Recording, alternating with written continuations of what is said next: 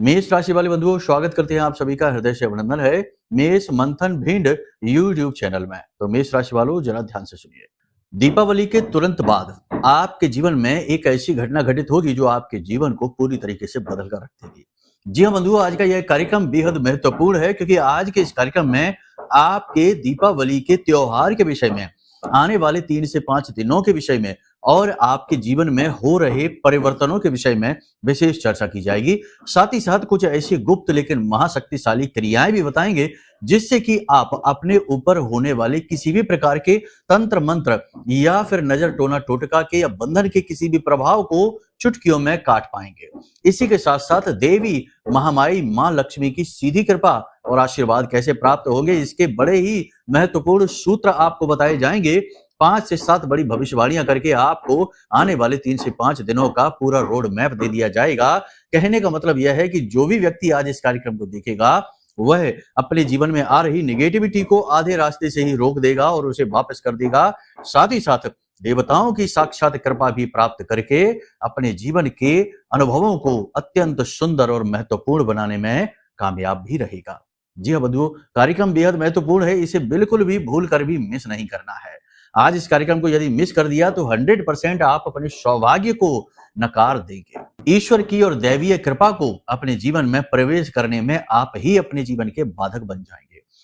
सबसे महत्वपूर्ण बात यह है बंधुओं कि कार्यक्रम में हम आपको बताएंगे एक ऐसी घटना के बारे में, एक ऐसी स्थिति के बारे में जो पूर्ण रूप से संभावित नहीं, पूर्ण रूप से होने वाली है, यानी कि बड़ी अनहोनी कह सकते हैं इसे। इसके बारे में जानना बेहद आवश्यक है और इससे बचने के उपाय भी करने अत्यंत अनिवार्य हैं, वरना आपकी खुशियों पर पानी फेर देगी यह घटना और आपको आगे बढ़ने से रोक देगी, आपके जीवन को परेशानियों में बदल देगी, नर्क बना देगी। समझना, संभलना और सोच समझकर चलना जीवन का यही उद्देश्य होता है, तभी जीवन अपने उचित मूल्य को प्राप्त कर पाता है, सही मंजिल तक पहुंच पाता है। और गुरुओं का सानिध्य ही इसीलिए प्राप्त होता है ताकि जीवन में कोई नेगेटिविटी ना आए, किसी भी प्रकार की नकारात्मकता ना आए, जीवन शुद्धतम मार्ग पर चले और हम आपके जीवन को श्रेष्ठ बनाने का प्रयास लगातार करते रहते हैं। तो आज के इस कार्यक्रम को आपको पूरा देखना है। इसी प्रयास में एक कदम है यह, ताकि आपको केवल और केवल खुशियां मिले, ईश्वर की कृपा मिले और आपका जीवन खुशियों से भर जाए। चलिए बंधुओं, अपने मूल विषय को शुरू करते हैं। कार्यक्रम को महामाई को समर्पित करते हुए शुरुआत करते हैं। कमेंट बॉक्स में पूरे भक्ति भाव के साथ लिख डालिए, जय मां भद्रकाली कृपा करो। महामाई निश्चित तौर पर आपके ऊपर कृपा कर चुकी हैं, तभी यह कार्यक्रम बिल्कुल सही समय और काल पर आज आप देख रहे हैं। बिल्कुल भी महामाई को अनदेखी नहीं करना है। कमेंट बॉक्स में यह भी लिखना है कि मैं भी माई के परिवार का हिस्सा हूं, इसी से मां अति प्रसन्न होंगी और आपको अपनी गोद में उठा लेंगी। और एक बार माई ने आपको अपनी गोद में उठाया तो फिर कोई आपका बाल विवाह नहीं कर पाएगा।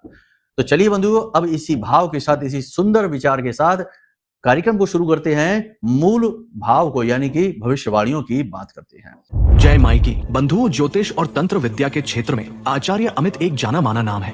पूज्य गुरुदेव के साधनाओं और ज्योतिष विद्या के अनुभव बेहद दिव्य है। जी हाँ, पूज्य गुरुदेव ने जिसकी भी कुंडली का विश्लेषण किया और कुंडली के अनुसार उसे सटीक उपाय व महामाई माँ बगलामुखी की विशेष कृपा दी, उसके जीवन में सकारात्मक बदलाव तो आए ही है। फिर चाहे समस्या कितनी ही कठिन क्यों ना हो, समाधान तो अवश्य हुआ है। अब ऐसे में यदि आप भी अपने जीवन की किसी बड़ी समस्या से जूझ रहे हैं, जैसे कि कर्जा बढ़ता ही जा रहा है, काम धंधा और व्यापार सब रुक चुका है, रिश्ते नातों में तनाव हद से ज्यादा बढ़ गया है, पूरा जीवन ही नकारात्मकताओं से भर गया है, तो ऐसे में यही सही समय है जब आप श्रेष्ठ गुरु से मार्गदर्शन प्राप्त करें और जीवन के अंधकार को समाप्त कर दिव्य प्रकाश की ओर कदम बढ़ाएं। वीडियो में दिए गए नंबरों पर तुरंत संपर्क करिए और अपनी कुंडली का विश्लेषण व समाधान पूज्य गुरुदेव के द्वारा करवा लीजिए। देर ना करें, आपके देवी देवताओं के आशीर्वाद से ये मौका खुद चलकर आपके पास आया है, इसे गंवाना नहीं है।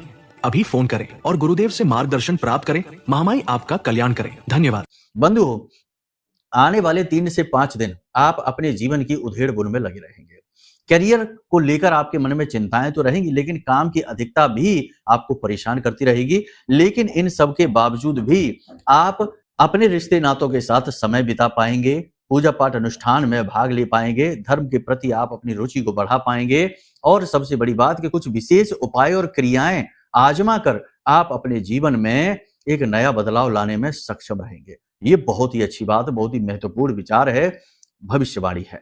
चूंकि गुरु अभी उच्च के चल रहे हैं, ऐसे में आपके द्वारा की गई हर एक पूजा पाठ का आपको पूरा फल प्राप्त होगा।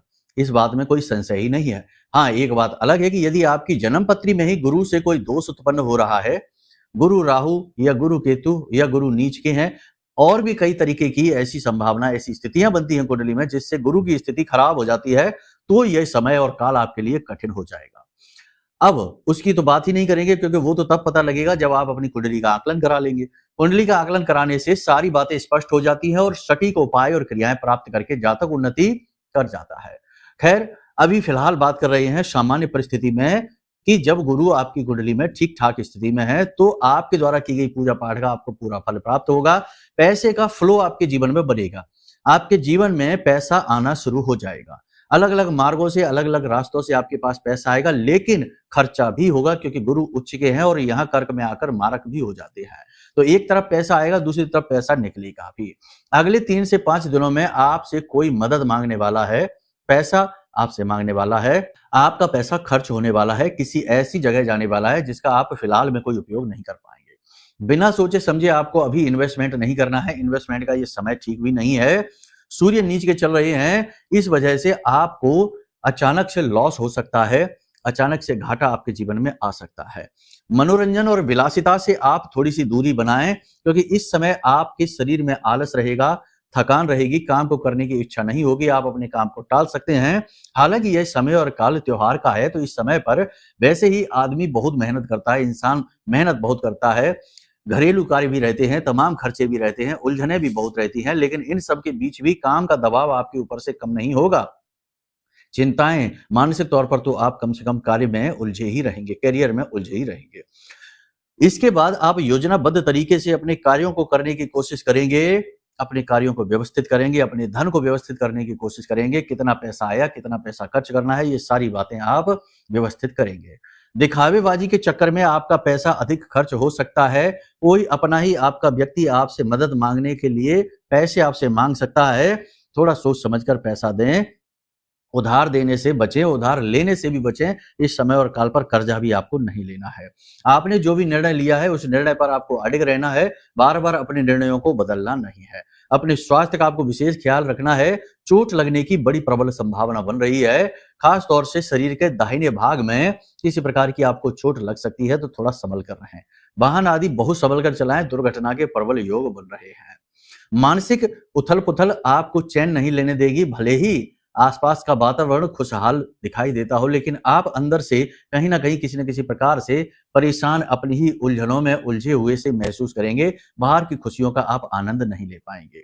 आपका अपनों के साथ ही सही तालमेल नहीं बैठेगा। मतलब कहने का यह है कि आप चर्चा करने अगर बैठेंगे तो वे बातें चल निकलेंगी जो आपको अच्छी नहीं लगेगी। आपकी दुखती रग पर लोग हाथ रखेंगे और आपको परेशान करेंगे। जैसे जैसे समय और काल आगे बढ़ेगा, आपको अपनी कड़ी मेहनत का प्रतिफल मिलना शुरू हो जाएगा। यदि आपके कुंडली में ग्रह नक्षत्र ठीक ठाक हैं, तो आपके कार्यस्थल पर आपका कार्य की जो तारीफ हो सकती है, आपका मान सम्मान हो सकता है। हालांकि सूर्य नीच के हैं, तो ये इस स्थिति को बनने में थोड़ी सी बाधा अवश्य उत्पन्न करेंगे, लेकिन गुरु उच्च के आपको आगे ले जाएंगे। बस एक ही कंडीशन है कि आपको पूजा पाठ अनुष्ठान करने चाहिए, धर्म में विश्वास रखना चाहिए, गुरुओं का अपमान नहीं करना चाहिए। पिता के साथ आपका मनमुटाव किसी बात को लेकर हो सकता है। ठीक इसी के समान संतान को लेकर भी आपको थोड़ी सी चिंताएं रह सकती हैं। जीवन साथी के साथ भी तालमेल थोड़ा सा बिगड़ेगा। हालांकि कोई ऐसा झगड़ा, तनाव या वैसी स्थिति नहीं है, लेकिन आपस में प्रेम तत्व की कमी महसूस करेंगे। हो सकता है कि कार्य की व्यस्तता हो। परिवार के किसी विशेष सदस्य के स्वास्थ्य को लेकर आप चिंतित रह सकते हैं। अब यहाँ पर सबसे महत्वपूर्ण बात यह है कि आपको किसी भी व्यक्ति से बहसबाजी नहीं करनी है, क्योंकि बातों बातों में ऐसी बातें आएंगी जो आपको उकसाएंगी, आपके क्रोध को बढ़ाएंगी, आपके अंदर नकारात्मक विचारों को भरेगी। कुछ लोग आपसे निश्चित रूप से जलेंगे और आपके खिलाफ ऊट-पटांग बातें पीठ के पीछे करेंगे और आप तक वे बातें पहुंचेंगी, जिससे आपका मन खराब हो जाएगा। सिर में भारीपन और शरीर में दर्द, थकावट का भाव आपको महसूस होता रहेगा। अपने स्वास्थ्य का आपको विशेष ख्याल रखना है। पानी अधिक पीना है, खाने पीने का ध्यान देना है। काम की भागदौड़ और अधिकता में अपनी सेहत को न भूल जाना। लोगों की बातों को अधिक गंभीरता से लेने की वजह से आप थोड़े से दुखी भी रहेंगे। खुशियों का अनुभव आप कर नहीं पाएंगे। आपकी कोई खोई हुई वस्तु आपको प्राप्त हो जाएगी और आप एक नई योजना, किसी विशेष योजना पर विशेष रूप से कार्य प्रारंभ कर सकते हैं। कहने का मतलब ये है कि ये समय और काल जो है, जो चल रहा है, ये बिल्कुल अनुकूल है किसी नए कार्य को करने के लिए, लेकिन यहाँ पर स्थिरता बहुत ज़रूरी है। अगर आप तनाव लेकर किसी कार्य को करेंगे, जल्दबाजी में करने की कोशिश करेंगे, तो निश्चित तौर पर चोट खा जाएँगे, संभल कर चलने की आवश्यकता है। कुल मिलाकर देखा जाए तो 3 बातों में आज की भविष्यवाणियों को हम समाप्त कर सकते हैं। पहली ये कि अपनी सेहत का सबसे ज़्यादा ख्याल रखो, क्योंकि आप ही सबसे महत्वपूर्ण हो स्वयं के लिए। दूसरा ये कि अपने धन को बचा कर रखो, पैसा आपका फिसल सकता है आपके हाथों से। तीसरा ये कि अपने मन को भी सँभालो, क्योंकि आपके मन पर चोट लग सकती है, मन आपका दुखी और परेशान हो सकता है। अब बात करते हैं कुछ उपाय और क्रियाओं की, लेकिन इससे पहले आपको बता दें नकारात्मक घटना की। नकारात्मक घटना कुछ ऐसी है कि आपको अचानक से फ़ोन पर कोई ऐसा समाचार मिलेगा जो आपको सुनकर धक्का लगेगा। कोई ऐसी खबर, कोई ऐसी बात आपको मिलेगी जो सुनकर आपको बहुत सदमा सा लगेगा, बहुत दुःख पहुँचेगा। हो सकता है कि कोई बड़ा घाटा हो, कोई बड़ी दुर्घटना, कोई बड़ी बीमारी या कुछ ऐसा। तो इसके लिए आपको थोड़ा सावधान रहना होगा। इसका कारण क्या है? इसका कारण यह है कि सूर्य नीच के हैं, शुक्र नीच के हैं, ये स्थिति अच्छी नहीं है। ये स्थिति कराती है बहुत ज़्यादा अपमान, बहुत ज़्यादा घाटा, बहुत ज़्यादा नेगेटिविटी और बीमारियों को आकर्षित करती है।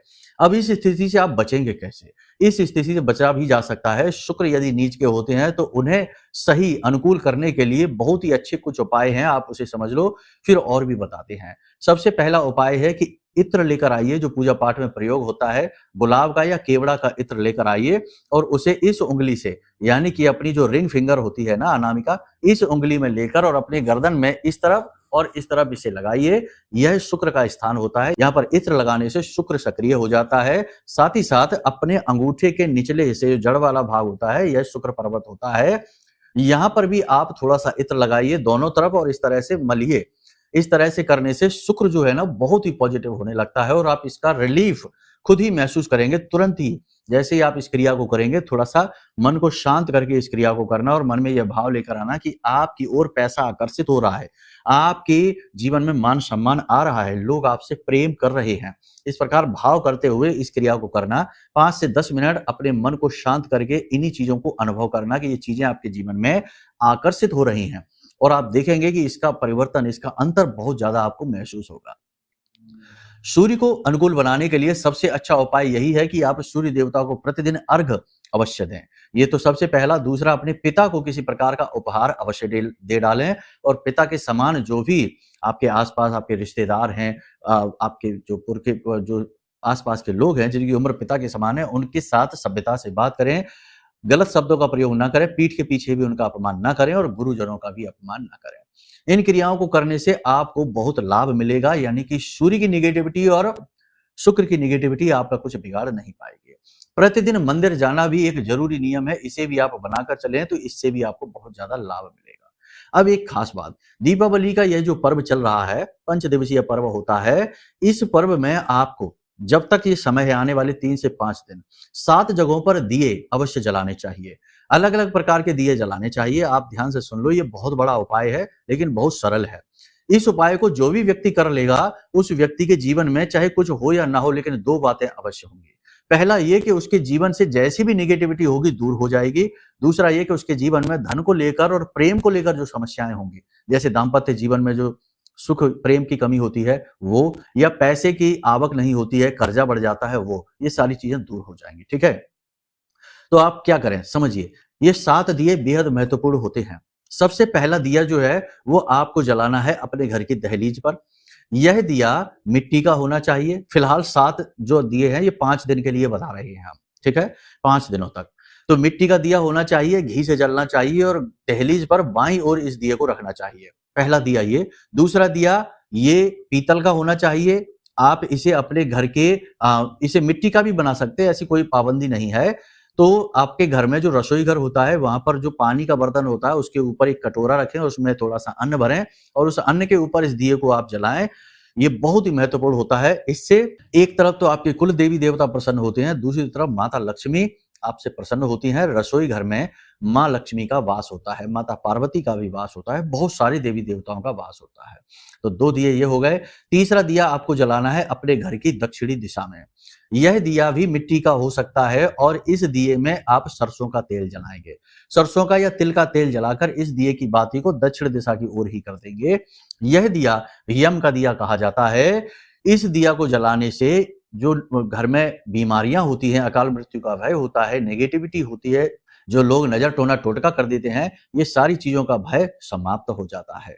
अब बात करते हैं चौथे दिए की। चौथा दिया आपके घर के ब्रह्म स्थान में आपको अवश्य जलाना चाहिए, यानी घर के ठीक बीचों बीच ब्रह्म स्थान में यह दिया जलना चाहिए। यहाँ पर आपके पितृ देवों को भी स्थान प्राप्त होता है। साथ ही साथ देवी देवताओं के अलग अलग रूपों का यहाँ वास होता है। जब आप यहाँ पर दिया जलाते हैं तो आपको देवी देवताओं की सुरक्षा प्राप्त होती है, साथ ही पितृ देवताओं की भी सुरक्षा आपको प्राप्त हो जाती है।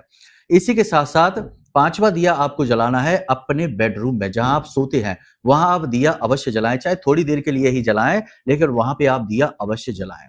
इसी के साथ साथ 2 दिए और बचे हैं, उन्हें आपको जलाना है किसी देव स्थान पर। पहला दिया किसी भी देव स्थान में, मंदिर में चले जाइए और मंदिर के मुख्य दरवाजे के बाईं ओर आप दिया जला दीजिए, ठीक है ना। यानी कि जब आप प्रवेश कर रहे हो तो बाईं ओर दिया जला दीजिए और दूसरा दिया देव स्थान में जो हवन कुंड होता है वहां पर आप जला दीजिए। ये भी मिट्टी के दिए होंगे तो कोई समस्या नहीं, लेकिन अगर आप किसी विशेष मनोकामना के साथ जला रहे हैं तो जो मुख्य दरवाजा वाला दिया है वह आटे का आप बना सकते हैं। इन दियों को 7 दियों को आप जलाइए और आप देखिए कि कैसे निगेटिविटी दूर भागती है और देवताओं की कृपा आपकी ओर आकर्षित होनी शुरू हो जाती है।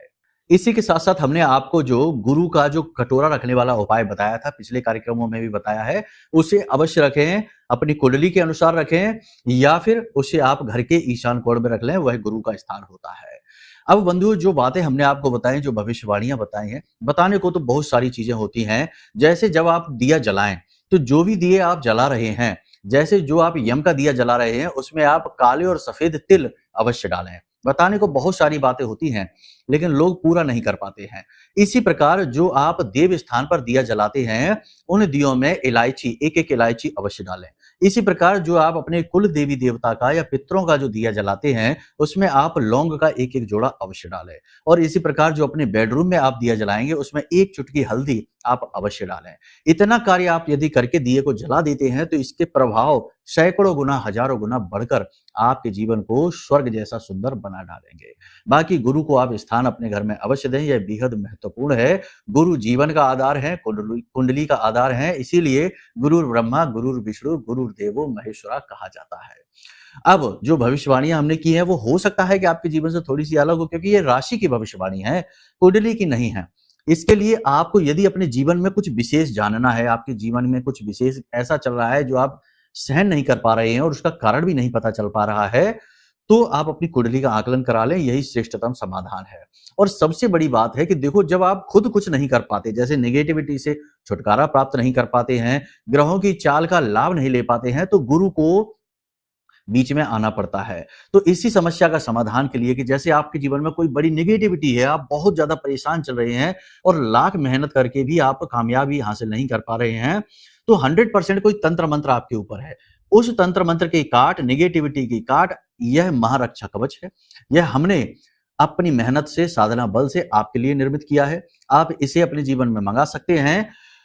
यह महामाई मां बगलामुखी के विशेष मंत्रों से जागृत है और अभिमंत्रित है और इसकी शक्ति का अनुभव आप तुरंत महसूस करेंगे। आज आप मंगाएंगे और जैसे ही आप इसे हाथ में पकड़ेंगे, तुरंत ये आपको अपनी शक्ति का प्रभाव महसूस करा देगा। बेहद शक्तिशाली कवच है, तो आप इसे मंगाएं, साथ ही साथ अपनी कुंडली का आकलन भी कराएं। ये 2 सर्वश्रेष्ठ सलाह हैं जो आपके लिए इस समय पर बहुत अनिवार्य हैं, क्योंकि हम आपकी कुंडली का, आपकी राशि का आकलन लंबे समय से कर रहे हैं, तो हम जानते हैं कि आपके जीवन में क्या चल रहा है, आपके विचारों में क्या चल रहा है और आप क्या करना चाहते हैं, लेकिन आप किस प्रकार से बंधे हुए, जकड़े हुए महसूस कर रहे हैं। इसलिए आपको ये सलाह देते हैं, यदि आप ये 2 कार्य कर लेते हैं, बेशक थोड़ी सी दक्षिणा तो देनी ही पड़ेगी, हर चीज में आपको मूल्य दक्षिणा देनी ही पड़ती है। संसार में मूल्य के बिना तो कुछ होता ही नहीं, इसीलिए तो जीवन के 4 पुरुषार्थ में अर्थ को रखा गया है, धर्म, अर्थ, काम और मोक्ष। अर्थ यानी पैसा, तो इससे कहाँ काम चलता है इसके बिना। थोड़ी सी दक्षिणा तो लगेगी, लेकिन आपको इसका हजारों लाखों गुना प्रभाव अपने जीवन में महसूस होगा। उसके आगे ये दक्षिणा कुछ भी नहीं है, ठीक है।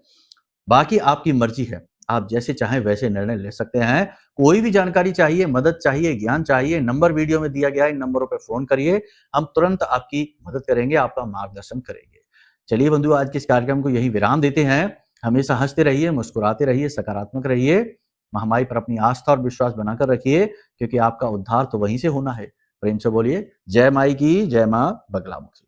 हमारे प्रिय और परम पूज्य आचार्य जी ने अपनी साधनाओं के अनुभवों पर आधारित शक्तिशाली उपाय और क्रियाओं के माध्यम से हजारों लोगों के जीवन को पूरी तरह से बदला है। आचार्य जी के द्वारा बताया गया हर एक उपाय इतना सटीक और कारगर होता है कि जो भी इसे पूरे भाव के साथ कर लेता है, उसे साक्षात महामाई की कृपा और आशीर्वाद प्राप्त हो जाती है। इसलिए निसंकोच इन उपायों को पूरे भाव के साथ करिए, आपका कल्याण होगा। जय माई की।